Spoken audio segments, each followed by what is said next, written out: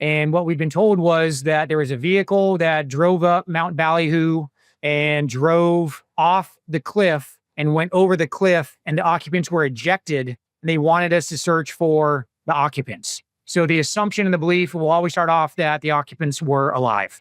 So it's about, if my memory serves me right, a 3 to 4 hour transit.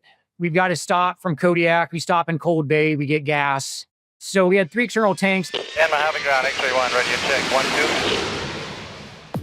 Welcome to the Naval Aviation Ready Room podcast, where the stories, leadership, and leading-edge technology of naval aviation come alive.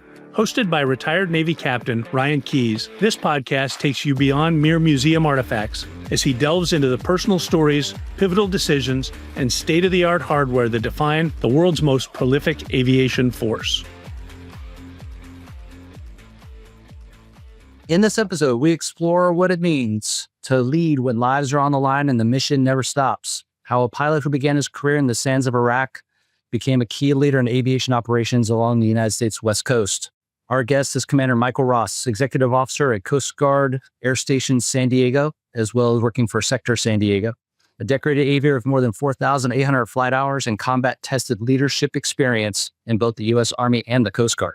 Today, we'll uncover how a lifetime of flying, leading, and adapting in extreme environments has shaped his leadership philosophy, and what it takes to prepare the next generation of Coast Guard aviators and global maritime leaders.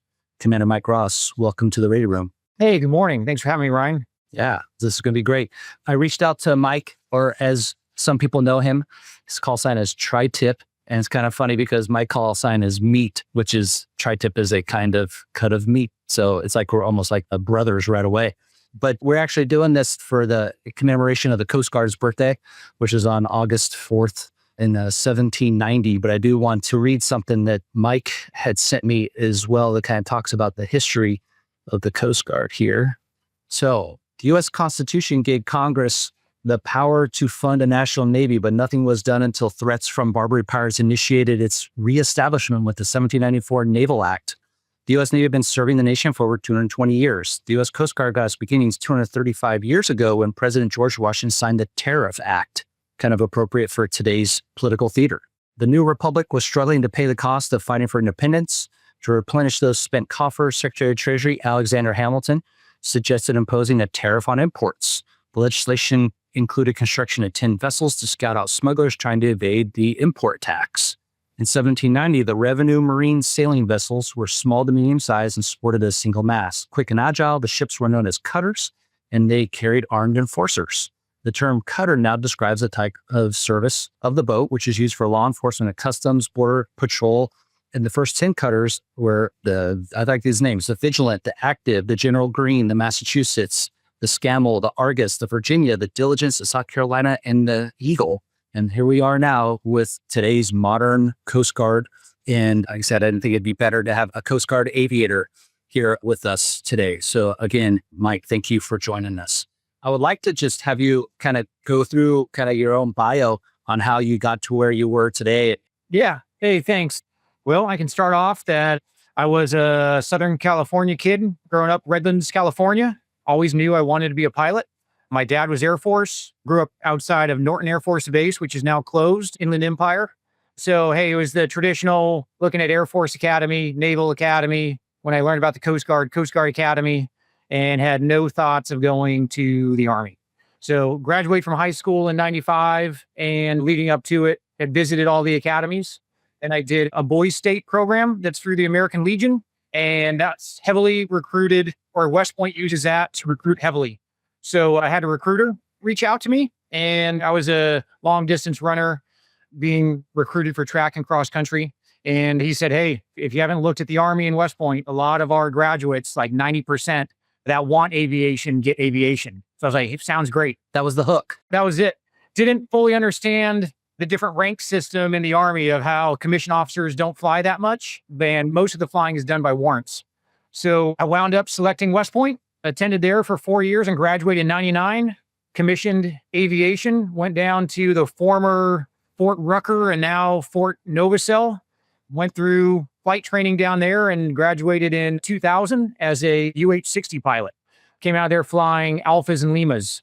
I then went overseas to Korea. At the time, everyone said, hey, if you want to fly, head to Korea. So I went to Korea, was stationed at Camp Stanley, north of Seoul, outside of Uijeongbu, with 22 Aviation. And I was a maintenance company executive officer. Sounds thrilling. Yeah, it did not involve a lot of flying. So in a year, I flew 40 hours. But I look back on that, and while I wasn't learning about the actual in the cockpit flying, I was managing the motor pool, the arms room, personnel, learning QA, quality assurance, just learning the production control, just various maintenance options. As you know, with aviation, like if you don't have maintenance, you're not conducting operations. So while I was over there, September 11th happened. While you're in Korea. Yeah, in Korea, we were actually in the field up on the Imjin River, so on the DMZ, and went to bed one night, and the info was, hey, a plane flew into the Twin Towers, and woke up the next morning, and it was both Twin Towers are gone and field exercises done, and everything went from training to real. So that changed the environment, worldwide, but Korea at that time, and I had orders going to Fort Carson, Colorado, with 3rd Armored Cavalry Regiment. So I showed up to Colorado in 2001, or in November of 2001, and became a Blackhawk cavalry troop platoon leader. I still remember checking in that day. I thought, hey, I was like a senior 02 at the time. I've missed my window to fly, and I was going in not knowing how much I would be flying. And the battalion or the squadron commander, the 05, I remember just talking to him, and he said, hey, I expect you to do one thing, and that's make a decision. So as a platoon leader, as a leader, if you make a decision and it's wrong, we'll talk about it. If you do it again, we'll have an issue, but I'm not going to fault you if you make a decision, and you can help me understand how you made that choice. That's honestly a great piece of advice, because when you're that young, you're scared to make decisions. Yeah, that stuck with me. And I still talk about that now to young pilots, to young JOs, because we can obviously talk about this later, but the willingness to be decisive and stand by that decision, I think, is harder to come by today, almost with all this technology and ability to reach back and get higher approval. That's a great point, right? You always have an attachment somewhere. That kind of lone wolf operation doesn't necessarily happen a lot today, but I think it happens in helicopter aviation, possibly more than any other sometimes, and especially in the Coast Guard. Yeah, for sure. So that started my Army time. I was with 3rd ACR. So that was 2001. We deployed to Iraq as part of OIF-1 in 2003. I was a platoon leader over there the whole time flying over there, early days. And so we went north to Baghdad, then said, hey, head west. There's a bunch of coalition-friendly towns out there, and those wound up being Al-Qaim. So it later became not a very good place. And the follow-on, the Battle of Fallujah, was in 2004. So I was over there 03 to 04, came back as a platoon leader, not sure what I'd be doing. I was in my late 20s and had the opportunity to take command of the same unit I'd been a platoon leader in. Is that rare? It's not as common, but at the time, just with the deployment cycles, a lot of the conventional wisdom and status quo was going out the window. So we had like 10 months in between OIF 1 and 3. And the advantage was having, in time of uncertainty, I was a known quantity. So having a platoon leader with known leadership experience to take command of the troop. So at that time, Colonel H.R. McMaster came in as our regimental commander. So obviously well known. We went back to Iraq in the spring of 2005, and we wound up going north to Tal Afar. And this was when I think the early days of the development of COIN, counter-insurgency operations, were being developed. The Petraeus model. Petraeus, yep. And I was over there as a troop commander, 05 to 06. When you say troop commander, is that company command? Yeah, company command. So had 3 platoons at that time. We'd reconfigured. We went down from 15 Blackhawks down to 10. So conducting operations over there, it was a lot of general, it was anything went. Personnel movement, supply movement, tactical insertions. That was, again, flying a lot. So when I was done with those 2 deployments, I had 900 hours over in Iraq, 1,600 hours in the Army. And I was in my late 20s and kind of figured, yeah, I've spent 3 of the past 5 years overseas, and that cycle was continuing, and my window to operate was closing, and I figured I was going to be a staff officer at that point. Yeah, kind of the traditional Army aviator line officer path, essentially, right? Yeah, so I was fortunate, but I was looking around and figured there were, I don't know if I'd say better, but there were just options out there, different options. So I wound up, there were some other adventures in the middle, but I had a year and a half in between the Army and the Coast Guard. And so I applied through the Army's Direct Commission Aviator program. At that time, early 2000s, a lot of Army aviators, especially warrant officers, were doing that. And so came through that structured, dedicated pipeline application process, interview, and then the selection process. So, and I was selected in 2007. There was some administrative paperwork and medical on trying to get DOD and DHS to talk to each other, while there were some nuances I didn't fully understand. While the Coast Guard is a Title X branch of the Armed Forces, it does not fall under DOD, and things don't always translate. So I actually got sworn into the Coast Guard in February of 2008. And first assignment was stationed in Corpus Christi, Texas, as a MH-65 Dolphin co-pilot. So DCA, Direct Commission Aviation Program, it's unique to the Coast Guard. I actually honestly looked into it too when I was in that transition time of getting out of the Navy and wanting to do something else. I've written letters of recommendation for guys. So no kidding, this morning. So are you familiar with VAI, used to be called HAI? Yeah. Yeah, so I get emails from them because of their conference that I have attended in the past. And no kidding, they're offering up a webinar with a Coast Guard pilot to talk about rescue that he recently did in Humboldt, California, Northern California.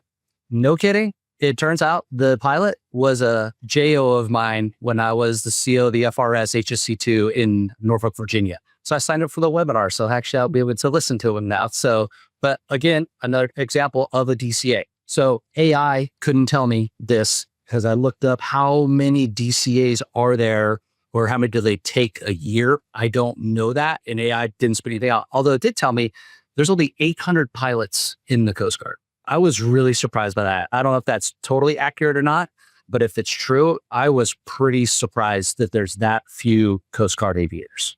Yeah, if you think about, I'd have to go back and look at the numbers. So that sounds about right.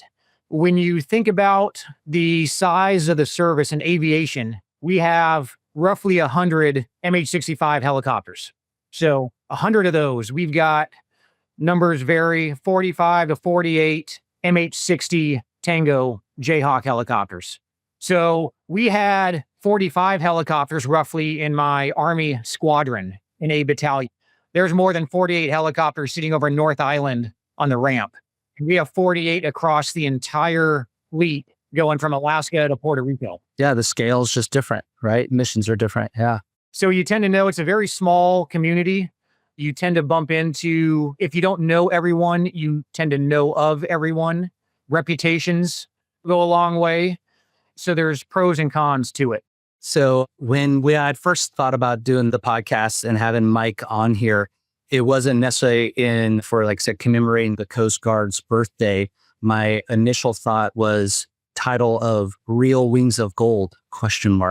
Because as Mike said, he went through Army flight training. They get silver wings and they look different. And then he becomes a Coast Guard aviator through DCA. Now he wears wings of gold, but he didn't necessarily go through Naval Flight School here in Pensacola, but we still treat you as a fellow naval aviator and a brother. So as you told me before, Elmer Stone, the first Coast Guard aviator, he's Coast Guard aviator number 1.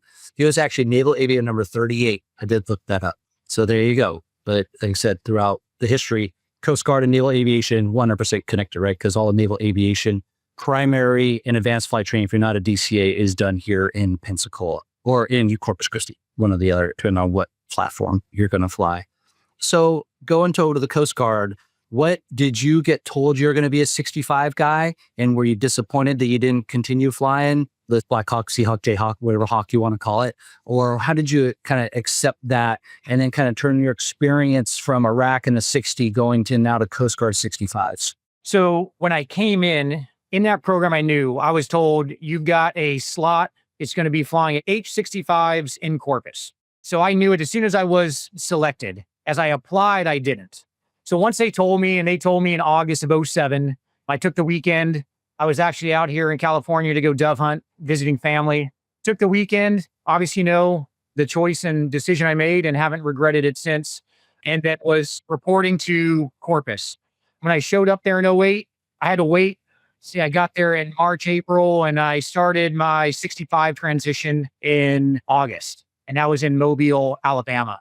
At the time, late 20s, my priorities were I just wanted to fly. So I was happy flying anything, getting paid to fly a helicopter. So you can't beat military aviation, especially when decisions are made, I think more based on the mission and right and wrong, vice my perception of the outside, where dollars and cents and profit tend to influence decisions more. That's a great analysis right there. Totally agree. Yeah. So here you are as a professional aviator and you get to go fly on a regular basis and train to do a mission. It was awesome. So I flew the 65. What I didn't know and didn't appreciate were the significant differences in a Sikorsky Blackhawk variant and a Eurocopter, formerly Aerospatiale, prior corporate helicopter variant used for a military search and rescue mission. And the biggest thing, it would be like having a Toyota Tacoma or a Ford F-150 and then going to a Miata. They both have their place. Yeah. Maybe you don't want to be seen driving one. Yeah. So it was great. Flying the 65, it was awesome in terms of automation. At the time, it didn't have a glass cockpit, but it had a flight management system, all foreign concepts to me. Having automation, having a flight director, being able to program a route and have an aircraft fly it was amazing to my UH-60 Alpha Lima Army brain. And everyone thinks, hey, it doesn't produce a lot of power. It produces tons of power. It just can't get all of those engines. It can't get it to the gearbox. So it's power limited in its ability to transfer power from engines to gearbox. So smooth flying, very capable, could fly it on the back of on and off of ships.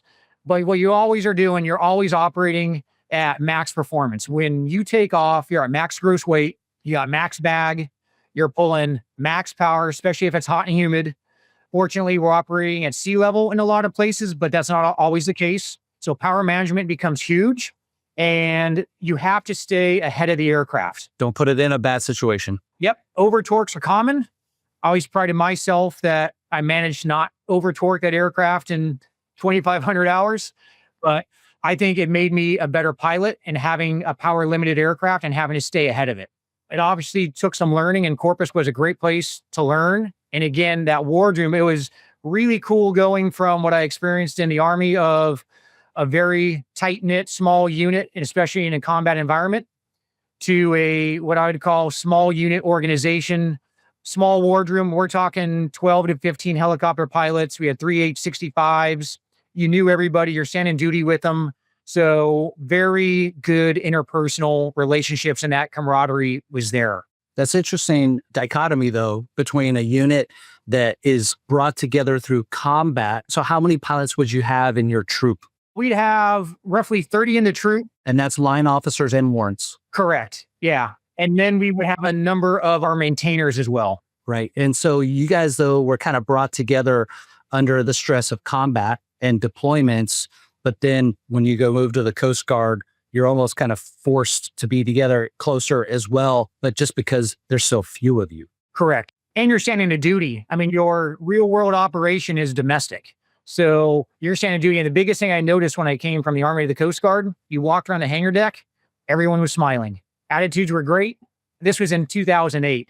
Everybody loved it. It was just, you could feel a total different attitude. And I would say this plays a lot into the climate and culture of organizations and especially of military organizations. Well, I think the Coast Guard, and the reason a lot of pilots do DCA or become Coast Guard aviators from the get-go is the sense of mission accomplishment. I mean, you guys do your mission that you train for all the time because people get in extremis, you have to go rescue them. And so SAR is a primary mission. I mean, it's a primary mission in my community too, but I mean, it would only be kind of happenstance if I happened to be on the ship on deployment and a guy fell overboard and I got to go pick him up out of the water or do a medevac or something. But you guys, et cetera, on duty doing that, the primary asset to do that all the time.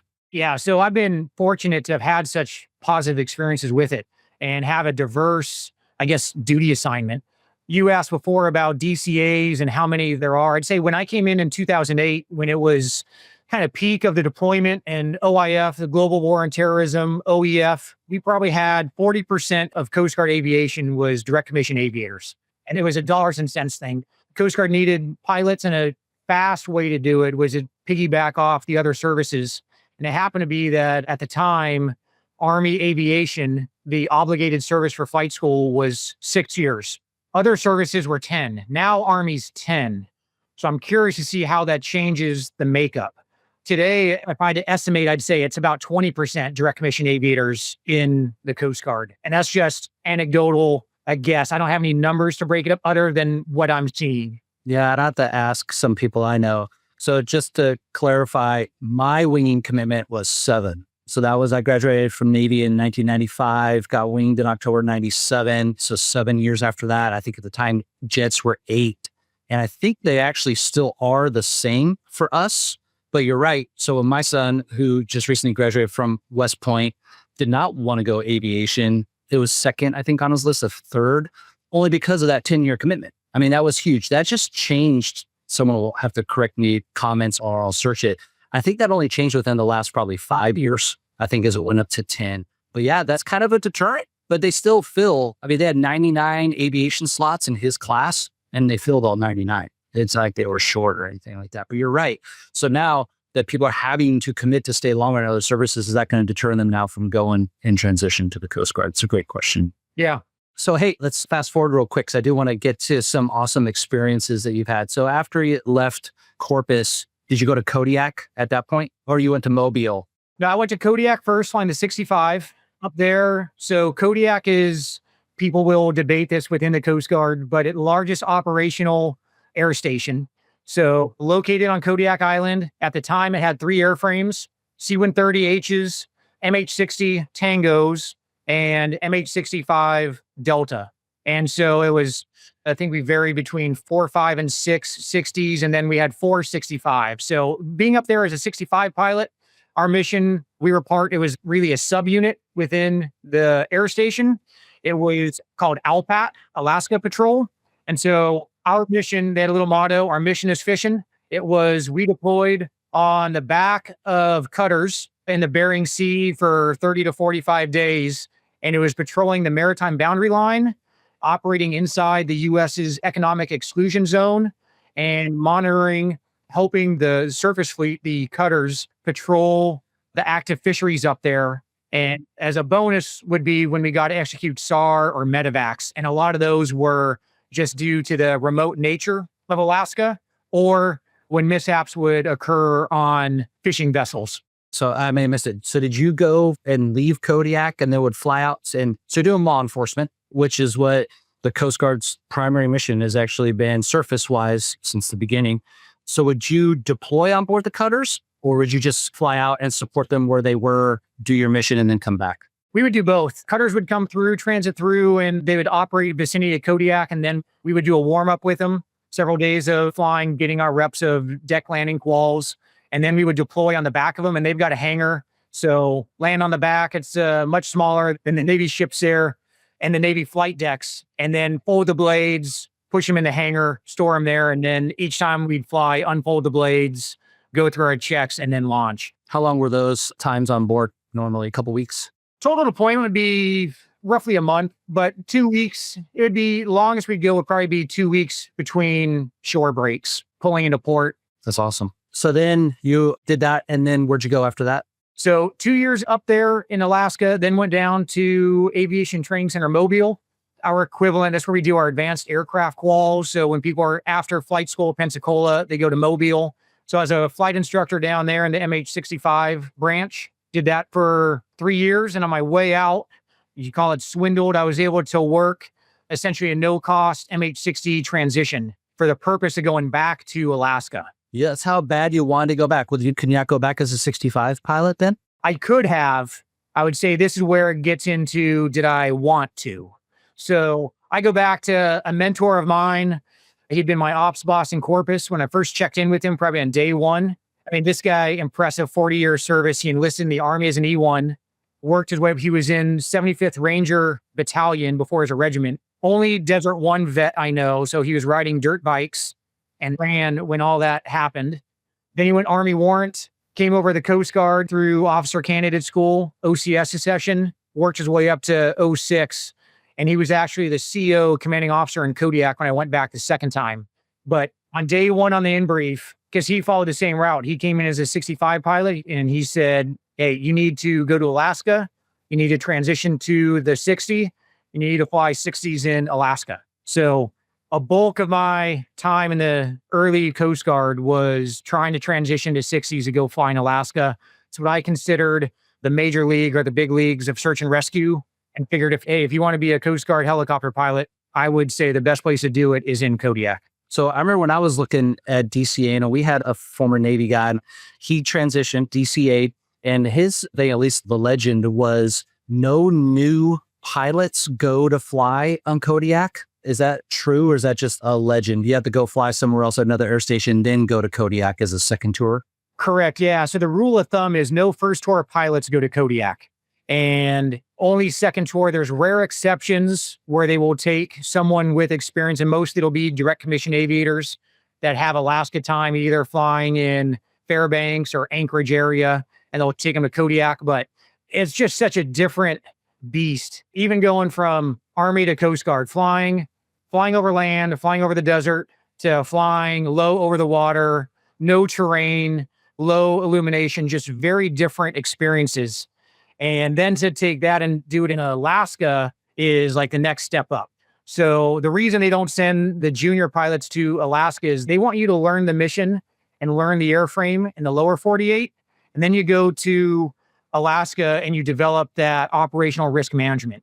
It's not that you get a special qualification to do anything different or special. It's that you've had the experience and the time to, I think, develop a little more of that decision making. So it's not just to know when to say yes, but when to say no, when the conditions and the circumstances aren't right.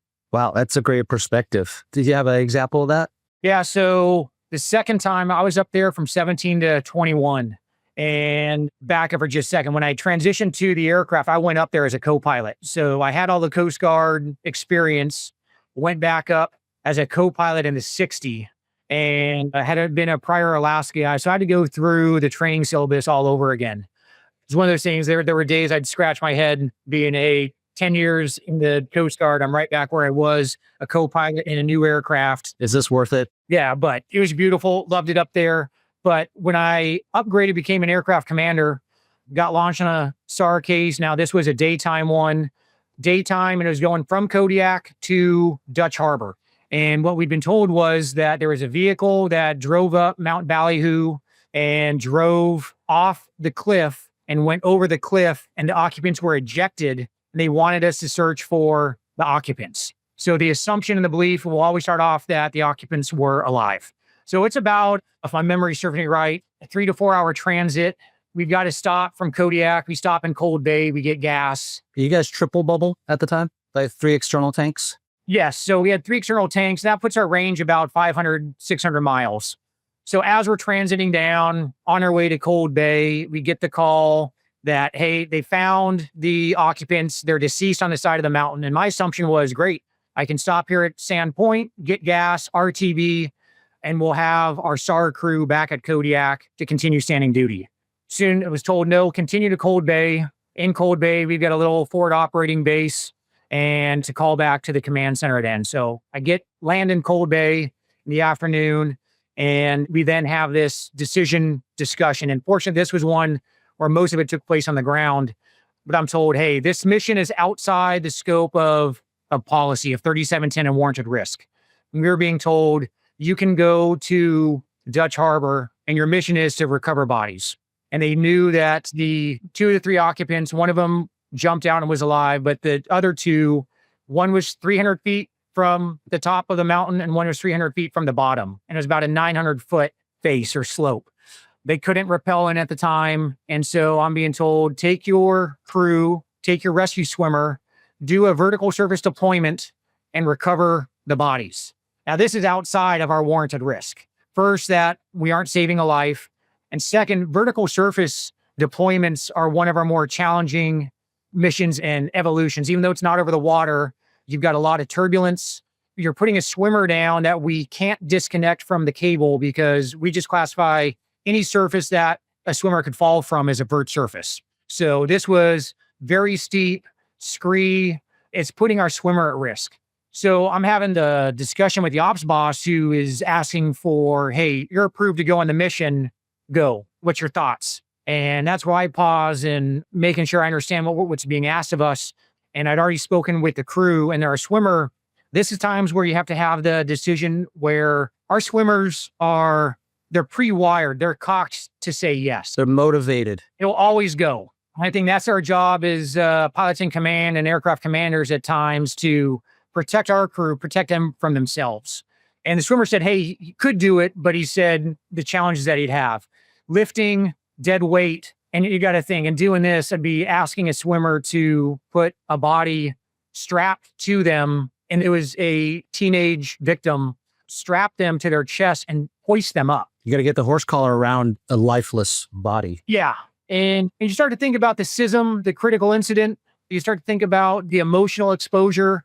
And at the time, the gain didn't justify the risk. Yeah. Where they say it's accept no unnecessary risks, right? Correct. And I couldn't get past that. So it was a 45-minute discussion and almost back and forth with the ops boss of all the reasons why I did not that I was saying no, but that the gain did not accept, it was not worth the risk. In the end, ops boss agreed, totally supported decision. We left it as, hey, send me more information. If there's better photos, I can make a better determination. We were coming up on sunset anyways. So it wound up saying no on that one. And the way it worked out was it gave the command the decision space to find a suitable alternative. And they took a C-130 and they flew a civilian rescue organization from Kodiak that was able to rope in from the top and rope in from the bottom, do it in a much safer manner and something that they're trained for, and not have us accepting unwarranted risk. That is, I think, an awesome example, like you said, of a time when to say no. And as much as you want to go do this and, provide closure for the family, but like I said, it gives you alternatives. What are the alternatives? Oh, I can get a professional mountain climbing rescue service in here to be able to do this rather than me. And especially, someone said, oh, you want to do it at night? Nope, only day. And I'll say one thing that's special with Coast Guard and Coast Guard Aviation is our relationship with the towns that we service, the communities that we service. And in Alaska, it's special. We've got a great relationship with Dutch Harbor. And in this particular case, you got to think about the concerns as well of we arrive on scene and then depart without being successful in our mission. Have we compromised that relationship? So while that wasn't a major consideration, it was an element. And in the end, I still know that we made the right choice and they were able to get the right assets on scene. In that case, we were not the right asset. Man, that's a great perspective. Something you don't really think about in the Navy when you go to do something is, like you said, that relationship. We're fluid, right? We go here, we do this, we leave, and then we go and do this. But yeah, you're there all the time. You're a resident of the island, and to be able to support the area around them, that's a great point. So I just want to put the goat behind your head. You got that while you're in Kodiak? Yeah, so that was a mountain goat that was harvested and hunted it in Kodiak in 2015. Okay. And you want to go back and get another one? Of course. Yeah. Anytime the family says it's okay and I can take a break from work, I'll go back there and hunt. I like that idea. So I do want to kind of jump forward here a little bit as well and kind of talk bigger picture, right? SAR, very tactical with strategic implications possibly, but usually very tactical. So I want to fast forward to kind of when we met. So we met when Mike was attached to Joint Task Force East in Portsmouth, Virginia. And he was going through the Joint Professional Military Education Phase 2, JPME Phase 2 course at the Joint Forces Staff College, which actually you go through JCWS, the Joint and Combined Warfighting School.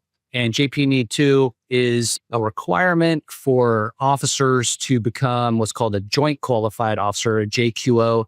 And essentially, this course is about planning. It's a joint planning course.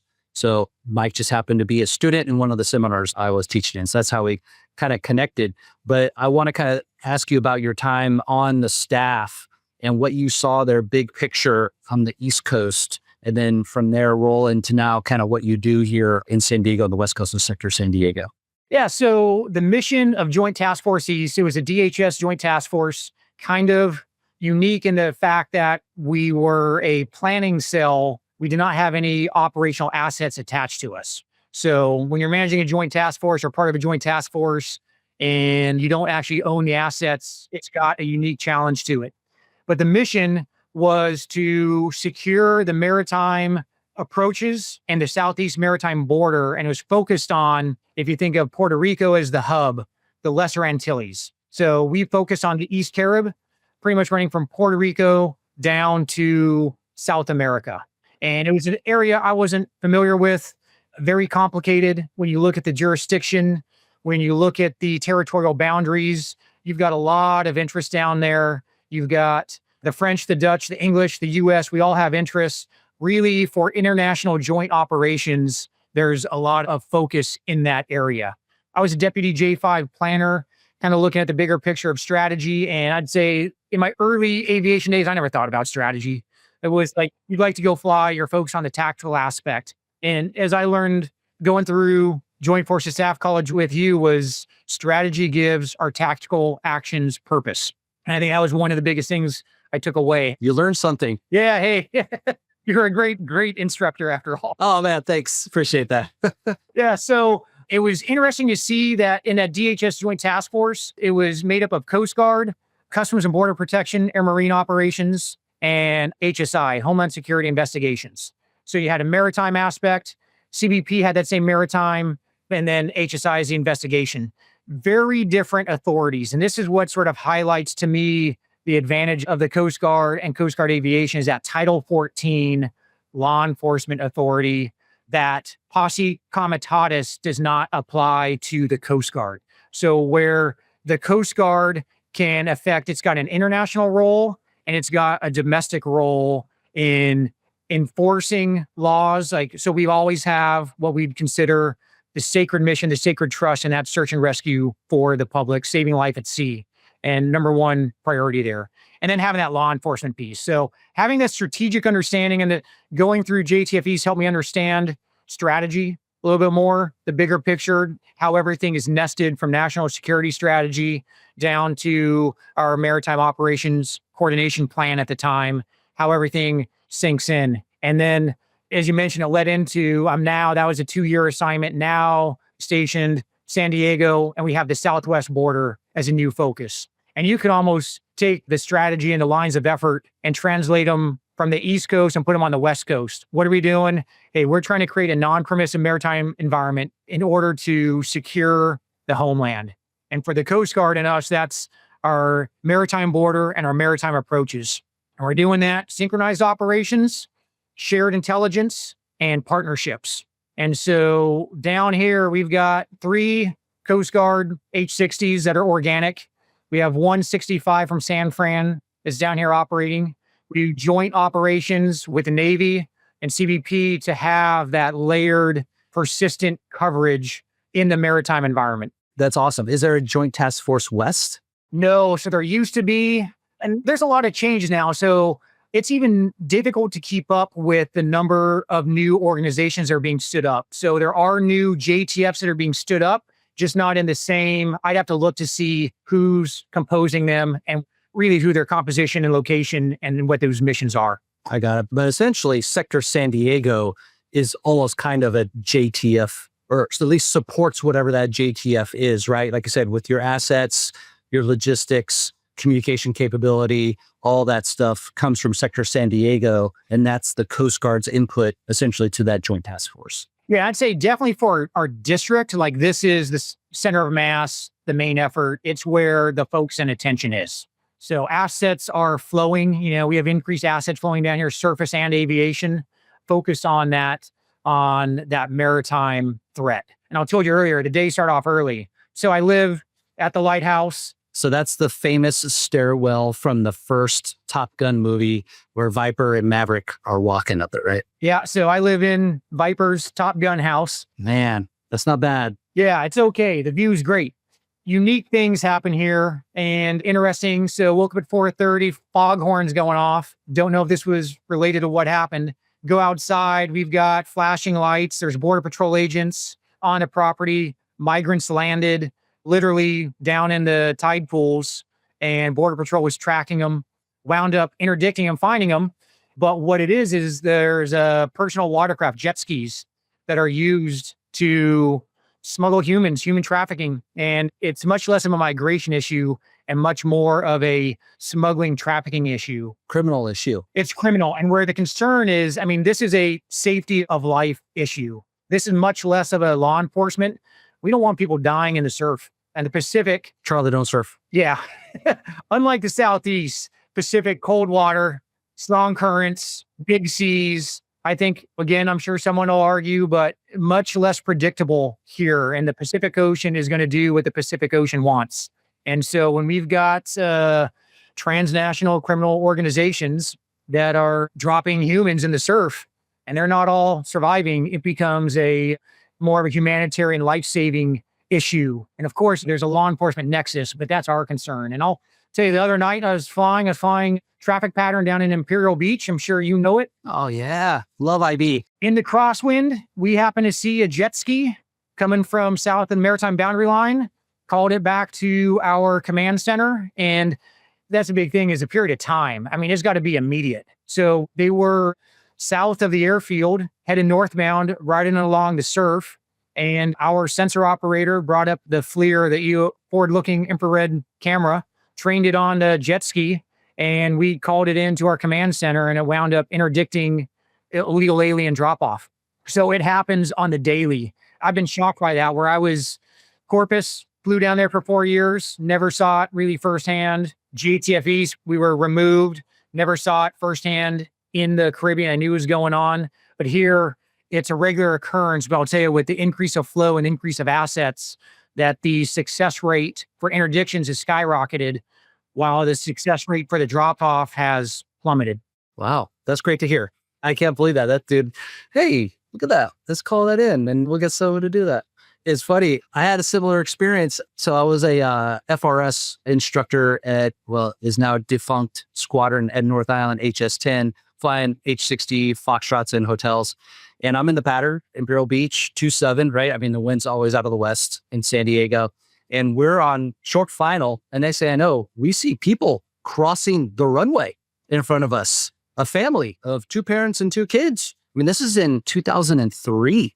And they're crossing. We wave off, obviously, take it around, call tower, like, hey, just let you know there's some people on the runway. And so Navy security forces come out, get them into the truck and spew them away.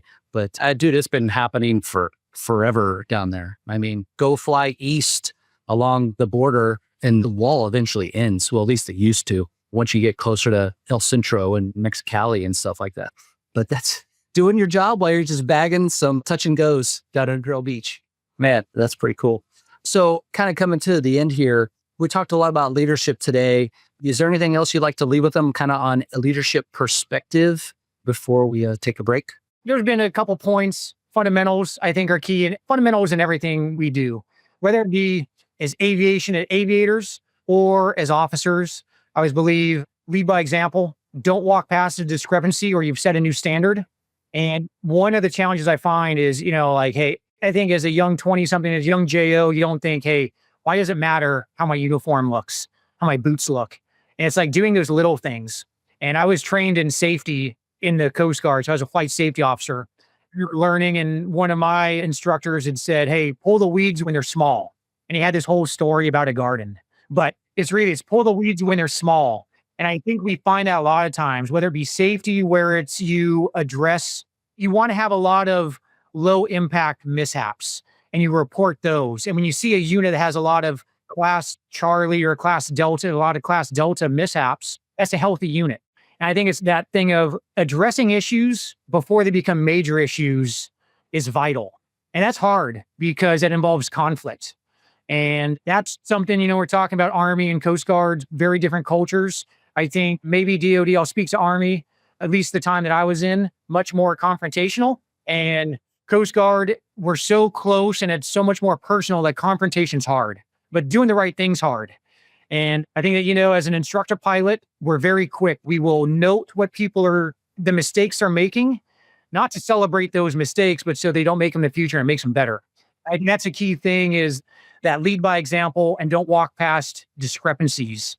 And if I left with one more thing that I think that's often overlooked, is we tend to focus on leadership and we look to be commanding officers and that. And yeah, leadership, we're all leaders, but The flip side of that coin is followership.